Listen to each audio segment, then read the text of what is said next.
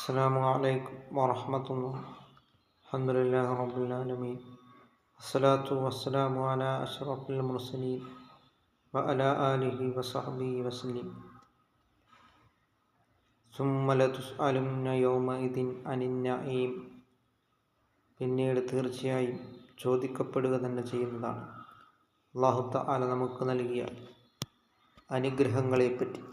അല്ലാഹു റബ്ബുൽ ആലമീൻ, ലോകരക്ഷിതാവായ അല്ലാഹു തആല നമുക്ക് ധാരാളം അനുഗ്രഹങ്ങളാണ് നൽകിയിട്ടുള്ളത്. അതിൽപ്പെട്ടതാണ് അസ്സിഹത്തു. അല്ലാഹു തആല നമുക്ക് ആരോഗ്യത്തെ നൽകിയിട്ടുള്ളത്.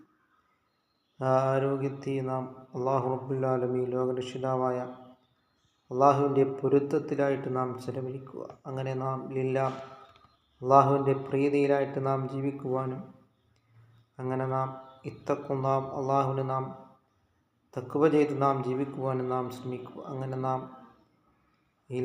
അല്ലാഹുവിലേക്ക് നാം മടങ്ങുകയും. അതുകൊണ്ടാണ് സയ്യിദുനാ റസൂൽ കരീം സല്ലല്ലാഹു അലൈഹി വസല്ലം തങ്ങൾ പറഞ്ഞിട്ടുള്ളത്, ഉമാറ ഉമ്മത്തി മാ ബൈന സിത്തീന വ സബഈന. എൻ്റെ ഉമ്മത്തിൻ്റെ ആവറേജ് പ്രായം 60-ൻ്റെയും 70-ൻ്റെയും തുച്ഛമായ പ്രായം മാത്രമേ ഉള്ളൂ എന്നാണ് സയ്യിദുനാ മുഹമ്മദുർ റസൂലുള്ളാഹി സല്ലല്ലാഹു അലൈഹി വസല്ലം തങ്ങൾ പറഞ്ഞിട്ടുള്ളത്.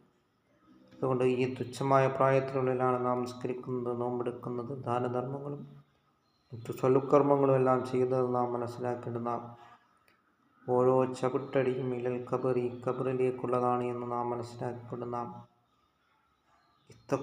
അല്ലാഹുവിന് നാം തഖ്വ ചെയ്ത് നാം ജീവിക്കുവാനും ശ്രമിക്കുക.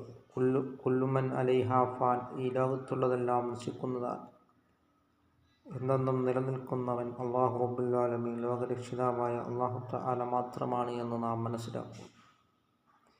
അതുപോലെ തന്നെ ധനത്തെയും അല്ലാഹുവിൻ്റെ പ്രീതിയിലായിട്ട് നാം ചെലവഴിക്കുക. ധൂർത്ത് നടത്താതെ സമൂഹത്തിൽ ദുർബലരെയും കഷ്ടപ്പെടുന്നവരെയും സഹായിക്കുന്നതിന് വേണ്ടിയും നാം ചെലവഴിക്കുക.